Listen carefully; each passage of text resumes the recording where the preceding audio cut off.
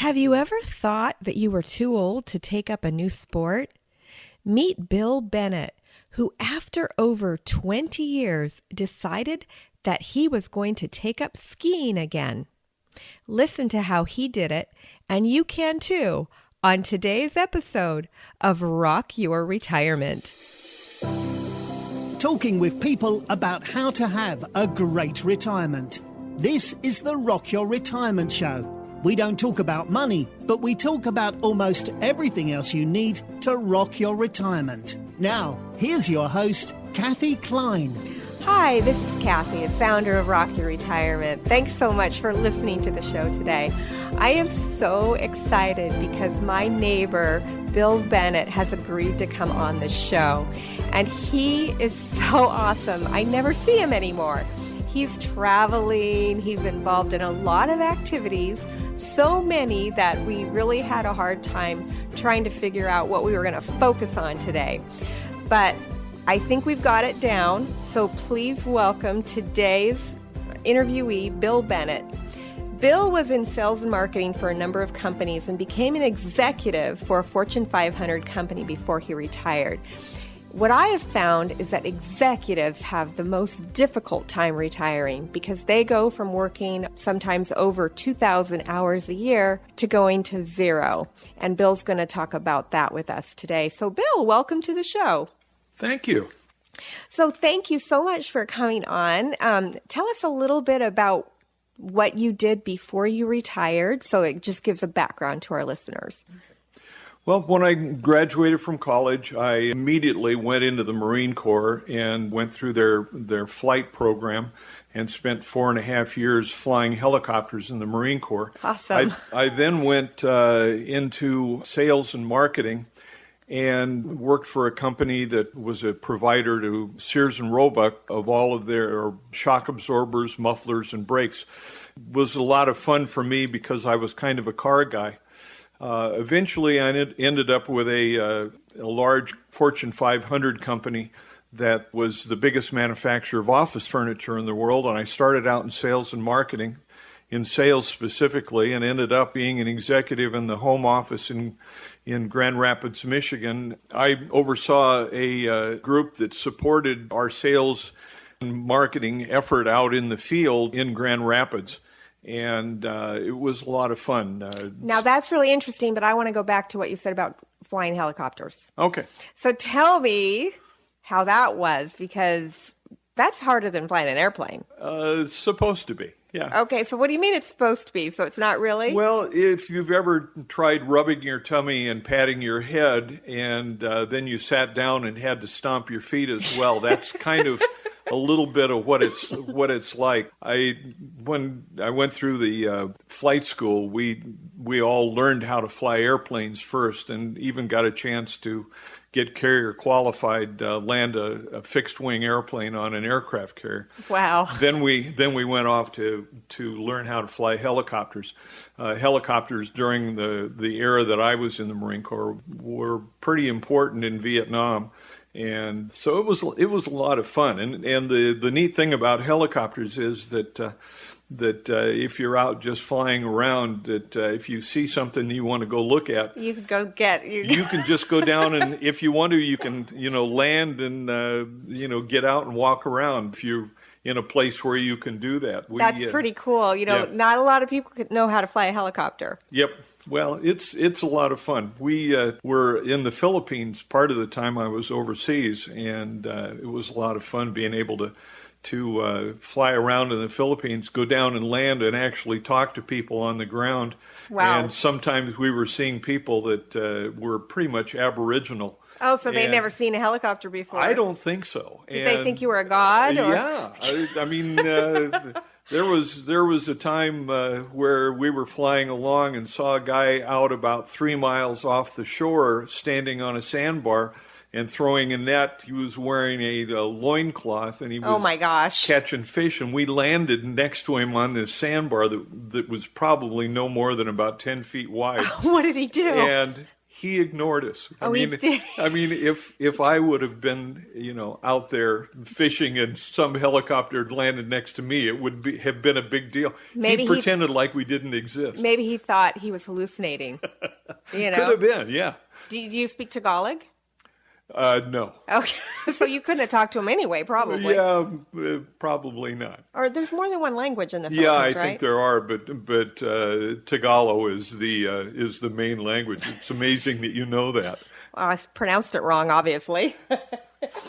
But I know a lot of people from the Philippines. In fact, do you really? Yes, I do, and I have a Filipino assistant, or I don't know if properly Filipina, but she's from the Philippines, and she helps I think she would be considered a Filipina, like you have a Latina or something. So with an A at the Yeah. end. Well, thank you for that. So you had some adventure right out of college. Yeah.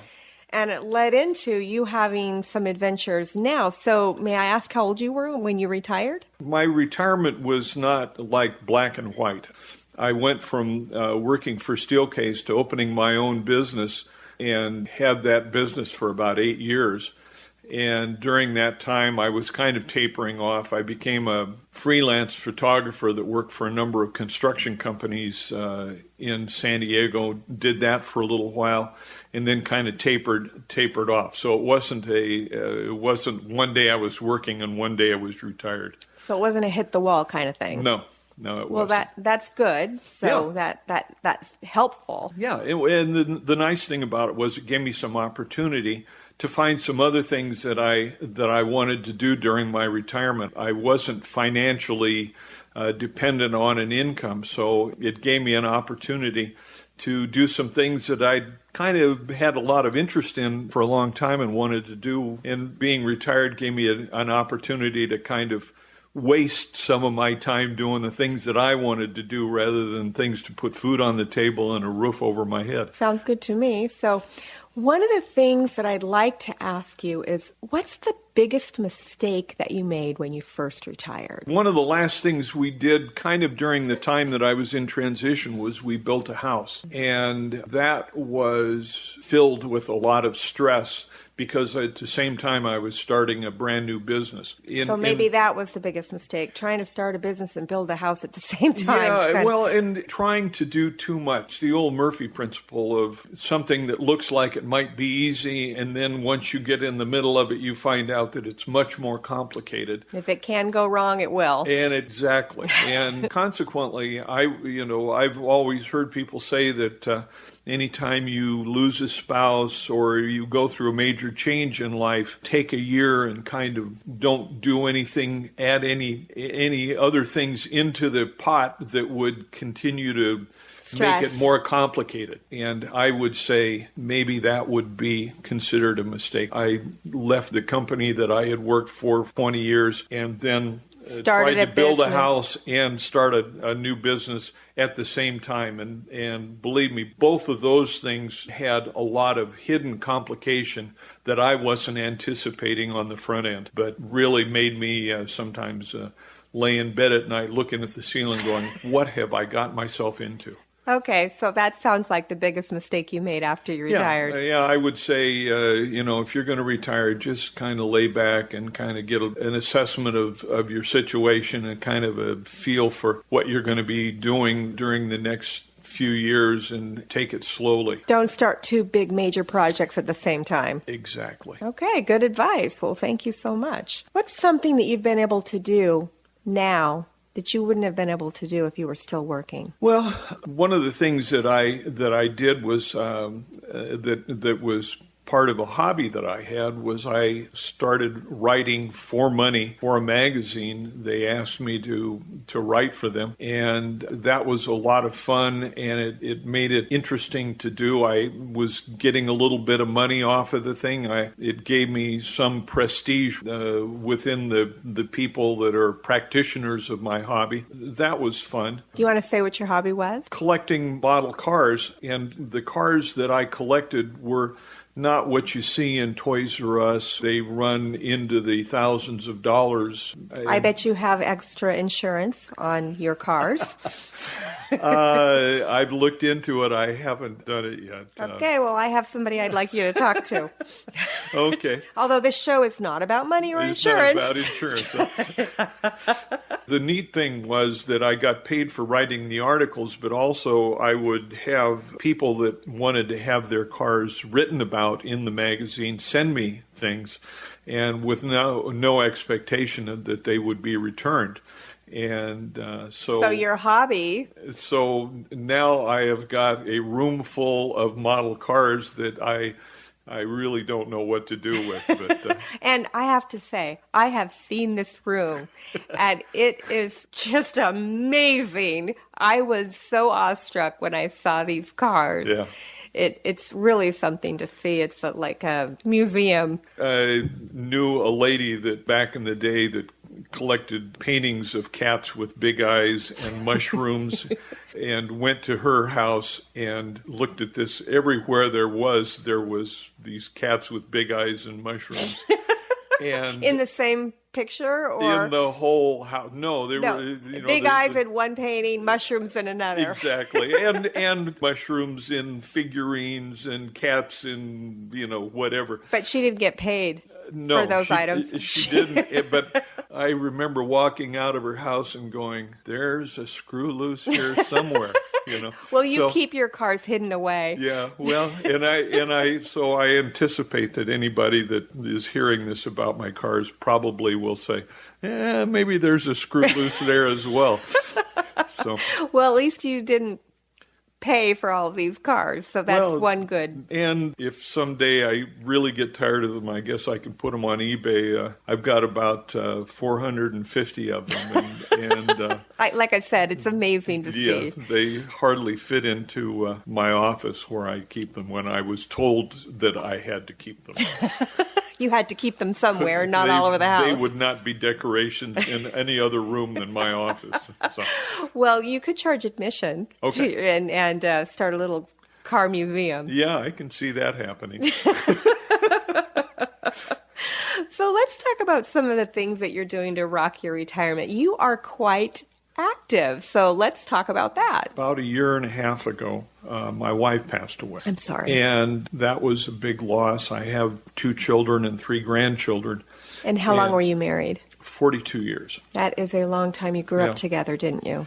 Yes, I met her after I was in college, after I graduated. But we went through a lot together, and we lived, in Texas. We lived in California. We lived in Michigan. So it was a big loss, and it was a big loss that affected my children as well. Because they lost their mother. Yes. Absolutely. It's a different kind of loss, though, losing a spouse. Yeah, it truly is. On one hand, it was a loss. On another hand, it was an opportunity for me to kind of reassess what I wanted to do in my life and grab myself by the bootstraps and say, let's get on with it. And it honestly has been an awakening for me because I've tried to do some of the things that I wanted to do but wasn't able to do. Well, she was quite ill for a while, wasn't she? She had health problems, but it wasn't anything that any of us anticipated. I remember when she passed, it was sudden, and I was in great shock. But I knew she had health problems. Right. So that opened a door to getting active in some areas that I hadn't. I went back and started skiing again after having not skied in 20 years. Wow, I can relate to that. I finally gave away all my ski equipment. What was that like, going back to skiing after you hadn't done it in 20 years? Were you sore? Well, I was sore. Particularly the tops of my thighs were the first probably month that I was doing it. A month? How long did you go? How long did you do the ski trip? About 4 months. 4 months of skiing. Wow. Did you do that every day? Yeah, pretty much. After never skiing for 20 years to skiing every day for 4 months. I had a friend that had a condo just outside of Keystone and Breckenridge and went up there, got a season pass. Wanted to take advantage of it. Absolutely. Even if you were sore for days and weeks. Absolutely. You're going to get your money's worth. Yep. Well, and that's, I'm that way. It was a good opportunity and it was really fun. Made me reassess what I wanted to do and what I didn't want to do, but it was really fun and anticipate that I will continue skiing now. It didn't realize how much I missed it. My children and I used to go skiing. I would call them from work and say, if you guys have your homework done, I will pick you up and we'll go to the local ski area when we lived in Michigan. Oh, really? And so it was an incentive for them to get their homework done, and I'd come home, grab a sandwich, and out the back door, and out you'd go. Yeah, and we'd spend the evening skiing, and it was really a lot of fun, and I enjoyed it, and I still do. Now, how old are your grandkids? My oldest grandchild is 6 years old, and then they go 6, 4, and 2. So maybe I see a ski trip in the future when they're all old enough to it'd be go nice, with Grandpa? Yeah, that would be fun. Skiing has gotten fairly expensive if you don't have a season pass. The season pass was about $600, but if you don't do that and don't have a season pass, it's about $100 a day. Are you serious? Just for the lift ticket. Yeah. So 1 week and you've paid for the pass. Yeah. So you might as well, even if you just go for a week, you might as well buy a pass. That was the calculation that went through my head when I bought it, Well, it wasn't that expensive. I mean, it was, when I skied more than 20 years ago, it was expensive. Right. Like, I had to think, okay, am I going to go skiing or am I going to do something else? Sure. And then, I get cold. And so I have to have extra, the hand warmers and things that you put inside your gloves. And so that made it more, just everything made it more expensive. And the outfit, I had to have a one-piece outfit because I get cold.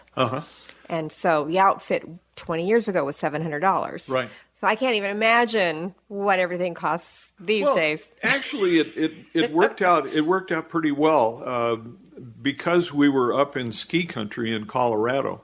There are a lot of companies that are up there that sell ski equipment. We got up there early enough that there were some great sales. One of the really good manufacturers is Obermeyer. And we went to Klaus Obermeyer's business just outside of Aspen, and they were selling $700 ski jackets for $115. Awesome. That's cool. And the technology has advanced to the point. So now you're warmer. Where I used to get cold toes and cold fingers, and have not had that happen. I knew this time that mittens were better than gloves, that I should get mittens with little pockets in them so that you could put the warmers in them. I was told, hey, stupid, you don't keep your feet warm by putting 3 pairs of socks on. Put the warmers in the feet, too. No, I didn't. Oh, you didn't? No. But by having very thin socks, it gives your blood the opportunity to flow and keep your feet warm. Right, so because it's looser inside your shoe. I can almost say that I really haven't been cold like I used to. There are also underwear that is better. Radiates the heat back to the body. So new technology has made it easier to ski. Technology has made it great. So listeners, if you haven't been skiing in 20 years because you get cold, hey, maybe this is the time to go. Just be careful. We don't want you running into a tree or anything. So that's pretty cool. You skiing after 20 years. And what else are you doing to keep active? I had a Miata back in the day, back in the 1990s. What do you mean had a Miata? I think I've seen you driving around in a little Miata. That's the story I was going to tell you. Okay, tell us the story. I had a Miata, and because I was doing freelance photography, I had to haul a lot of equipment. Oh, it's hard to fit in a Miata. So I got a car that more accommodated that. But my wife said, "Okay, now you got to sell the Miata." So I sold my Miata. I bet you were heartbroken. I was, and I knew pretty much probably within a couple months that I had made a pretty big mistake. Aww. Now, we happen to have a friend of ours that lived next door to my aunt who had one that was exactly like mine, only it was 1 year younger, and she hardly ever drove it. Oh. And so I said to her, after I'd come on to the conclusion that I'd made a big mistake, I said, You were crying every night on your pillow. The missing pillows, the Miata. I'd wake up in the morning with an absolute wet pillow. Because you were crying all night long. So my Miata. I told this friend of ours that if she ever got to the point where she'd like to sell hers, I would like to have her call me. And about 2 years ago, I got a call from this lady, and she said, I have my Miata, and are you still interested in getting it? And you jumped up and down. And I said, yes, I'm very interested.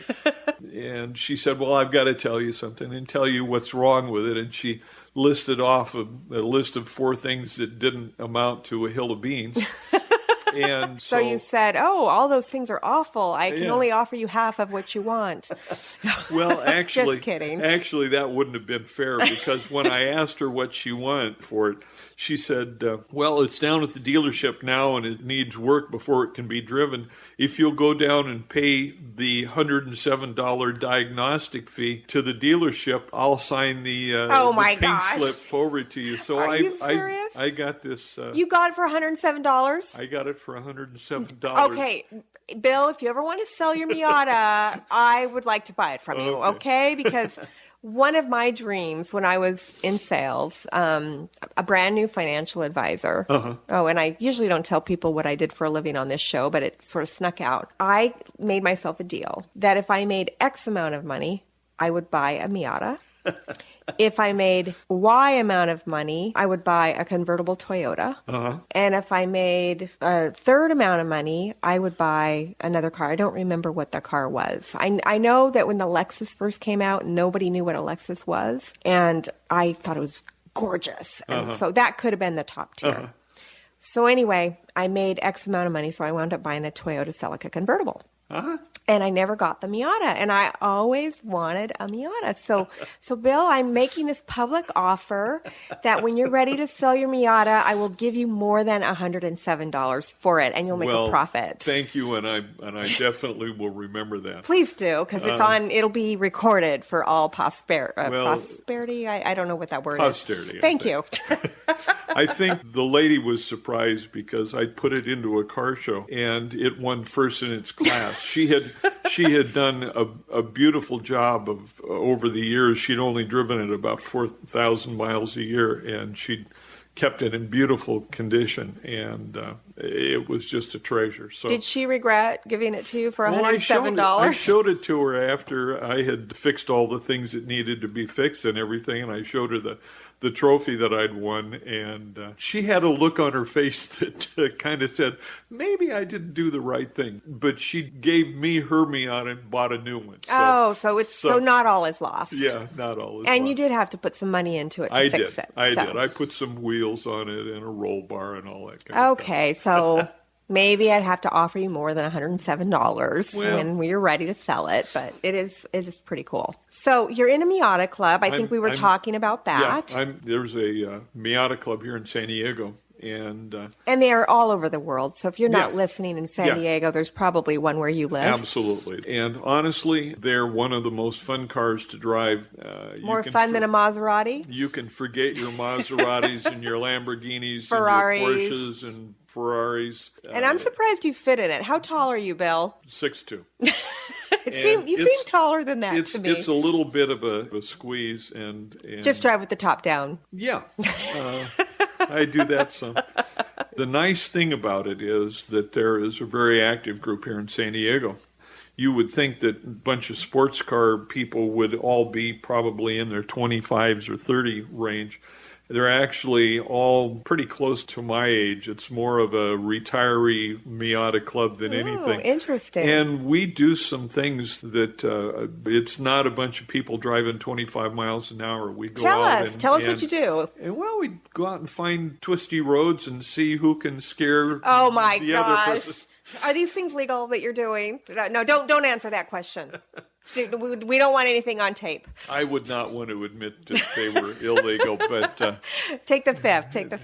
Well, the nice thing about a Miata is that they give you the kind of thrills that a Porsche you would have to go 95 or 100 miles an hour, and you can get those and a Miata kind of going thrills. 35? No. Well, maybe not 35, but a little bit faster than that. Well, it sounds like fun. So it's a good group, and we have fun together. And there are a lot of different things that we do. We race on parking lots, and we go up to the mountains, up the curvy roads, and get pie up in Julian. Yeah. So how many people would say go to Julian are there enough parking spaces in Julian for the whole club? Yeah, there's about 300 people in the club. Wow. But, on any given event, there's probably maybe at the most 30 or 40 cars that would participate. But there are enough activities that everybody finds something that they're interested in doing. So how often is there an activity? A couple times a month to maybe once a week. Wow, that's a very active club. Yeah, it's a bunch of people that like each other. Sometimes the Miatas are kind of the glue that holds the club together, but there are a bunch of people that just like being around the other members. And so maybe that's because people who have Miatas have a certain personality. Yeah, could be. I always say people with Porsches have a certain personality. People with, I'm not going to get into any of that, but well, especially since there my isn't brother, a lot of arrogance in the Miata club. So if my brother-in-law and my sister-in-law and all my in-laws with Porsches are listening to this, I take it back. Well, yeah. So there's always an exception to every rule. I've owned a Porsche as well. See, and a Miata. So there's no what do you call it, stereotypes here. Right. And the beauty, I'm not here to sell Mazda's cars, but they're pretty maintenance free. You can have a lot of fun without them spending a lot of time in the shop being worked on. And if they are worked on, you might be able to pick one up for $107. Well, yeah, I think that was a little bit unusual. I'm just teasing. But, of course. I mean, and it's a very cute car, by the way. Very cute.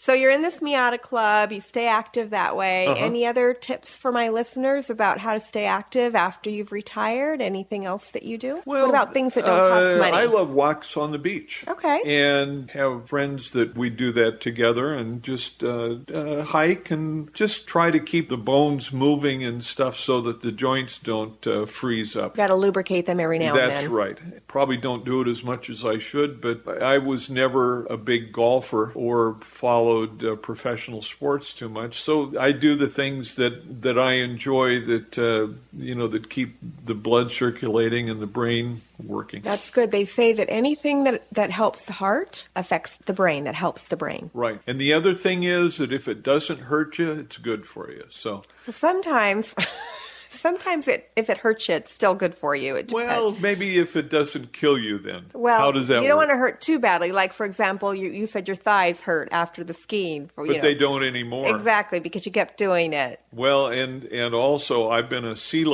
pretty much a sea level boy most of my life. And all of a sudden I found myself at 11, 12,000, 13,000 feet. Did you get sick? Never got sick. Headaches or anything? No, I didn't. It didn't do any of that. But certainly got winded. And I took an oximeter with me. You did? Yeah, that you can clip on your finger. And they say that over 10,000 feet, you should, at least in flying, you should wear an oxygen mask. Right. So I took an oximeter with me, and 95% or below is considered hypoxic, lack of oxygen. And when I first got to Colorado, I was running in the 92, 93. Oh, that's not good. Yeah, but after being there for a month, I noticed that all of a sudden my numbers were 96, 97. So okay, that's good. And what are they right here in San Diego at sea level? Well, everybody's different. But Like, is it usually 100% if you're at sea level? No, or it how does wouldn't that be. work? At least for me, it wouldn't be. I would probably be in my 96, 97. Oh, okay, range. so it became normal. I got to what was normal for me in about a month. But there are people that go to Colorado and up in those altitudes that get headaches and pretty much you consider them ill. Yeah, and headaches and nausea. Yeah. Well, I took a trip with Les to the Galapagos Islands. And before you get there, you have to fly into Quito, and that's at 10,000. I think it's at 10,000. I don't know. I'm not good with that kind of, but it's up there. And they tell you on the first 2 days when you're in Quito, before you get to the Galapagos, you have to acclimate yourself to that being up there. And they say, don't drink alcohol and drink a lot of water. And people want to party and they want to drink alcohol and they don't drink water. And that's part of the issue when you're up in those high altitudes and you're not used to it. So for our listeners who are making a trip to a high altitude for the first couple of days, don't drink alcohol and drink a lot of water, and that'll help get acclimated. So anything else that you're doing that's sort of fun or that you want to talk about as far as staying active? I am lucky enough to have a daughter that lives close by. The joy of my week is on Sunday, I usually go over to my daughter's house and spend time with my two little granddaughters. Now, how old are they? 4, 5, and 2. 4, 5, and 2. No. Oh, she's almost 5. The older is almost 5. Okay. Yeah, so I really enjoy playing with them and just being a presence in their life. I had grandparents in my life. My grandmothers were alive when I was young, and it was nice knowing them and all of that. And I want to be a presence in their life. My son is in Fort Worth, so he's not as easy to get to, but I make a conscious effort to try to get down and see him, and they come here as well. And how many children do they have? Just one. Oh, one. So you have 3 grandchildren. Uh-huh. Okay, well, that's good. I think that's great that you're staying in your grandkids' life. I know that I just toured a senior facility yesterday for memory care, and they have an intergenerational program. They have a school next door to the senior home. Every day, I think, during the school day or a couple times a week, they will bring the school children in from the school next door. They sing songs together. They eat lunch together. Oh, how much fun that has I know. to be. And I'm sure that some of these kids don't have their grandparents around because Sure. so many people don't live in the same area as their parents. So I think that's really awesome that you're able to spend time with your grandchildren. Well, it's a nice connection, and it's nice to be able to see your progeny, be with them, and so that when they get into their adulthood, we'll look back at that and say those were the good times. Good times, right? Yeah. And it's nice to have the intergenerational support. Yep. So for sure. Yeah, so that's good. So you have told us a lot about staying active, and it's helping you stay healthy. The more active you are, the healthier you are. So I have a lot of listeners who haven't retired yet. So let's talk to those listeners that have not retired yet. What's the one piece of advice that you would give to my listener who has not retired yet in order to have a great retirement? I think it's very difficult to have a great retirement if you're really money limited. And so I think that one of the good things is prepare for your retirement financially so that you don't have to have a constant gray cloud over your head of not being able to afford to do the things you want to do. And that's a lot of times is easier said than done. And I recognize that. But one of the things is, I think a good idea is to ahead of time prepare by looking at what your monthly or your weekly expenses are going to be and try to figure out how you're going to satisfy those financial needs with the assets that you have. And one of the things that I probably will do is since my wife passed away, my house is a 4-bedroom house, honestly a lot bigger than I need. I feel like a BB rattling around inside of a coffee can. So I will probably move to a smaller home or maybe even get a couple of them so that I can spend some time here and spend some time in Texas. I haven't really figured that out yet, But what I want to do is downsize so that I have the available cash to go out and do traveling and things like that. I'm rebuilding a car right now. Now, what kind of car is this? It's a Datsun 240Z. Oh, my dad had one of those. Yeah. This one's, it was 1973, so it's a 40-some-year-old car. There's an expense to it. But you financially are able to handle the expense because you planned for. So let's say some of my clients who are really close to retirement, they didn't plan. They don't have a lot of money, and they don't have the options that you have. Could they join a club like the Miata Club to keep themselves active? Oh, yeah. I mean, is that an Absolutely. expensive thing to do? Yeah. Or? I think you just need to tailor the things that you do in your life. A walk on the beach costs nothing. There are so many things that you can do, reading good books and going to museums. And here in San Diego, the first Tuesday of the month, there's a free... I believe it's Tuesday or Thursday, There's free access to museums, so you wouldn't even have to pay to go to museums. And I have done that. A couple nights ago, we went down to the Organ Pavilion at Balboa Park. They have just added a whole new section of pipes to the outdoor organ to make it the biggest outdoor organ in the world. They had a concert. This was the kind of introductory concert to the new pipes, expanded organ, and they also had during the intermission. They have a tower down there where they have, and I can't pronounce it, but Carillon, I don't know. Whatever it's pronounced. Yeah, it's the bells.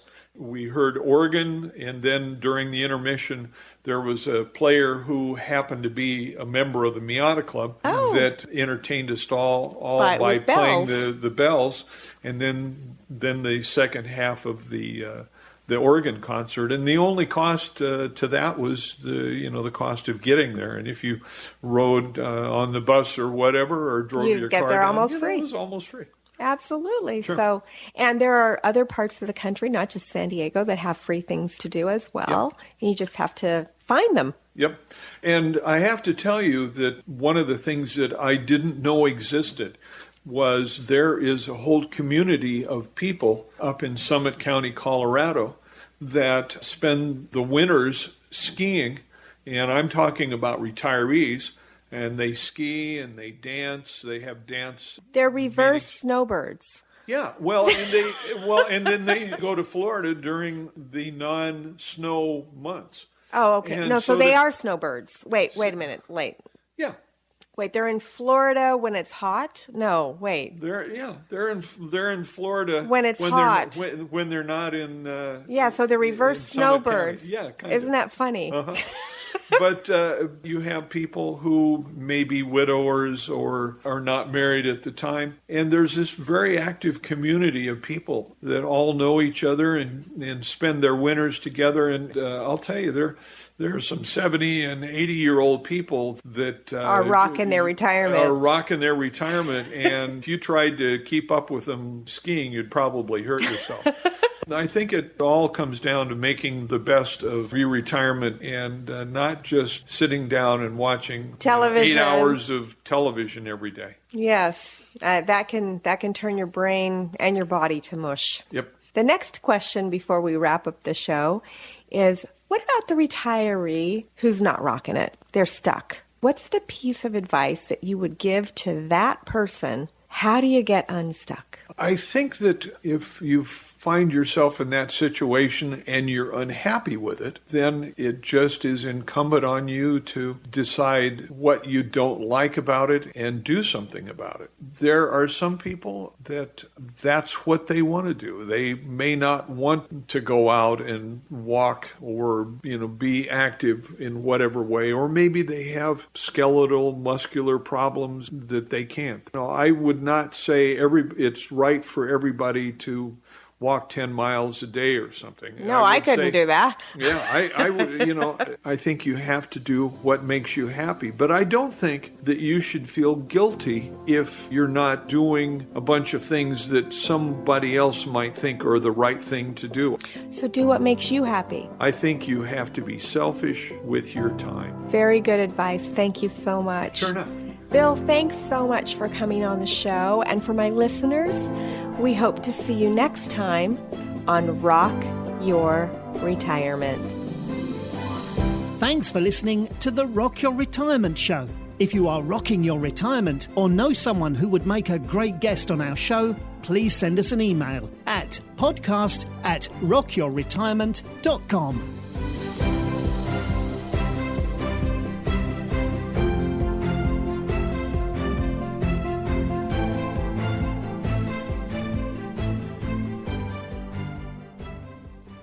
Are you buried in information regarding Medicare health insurance?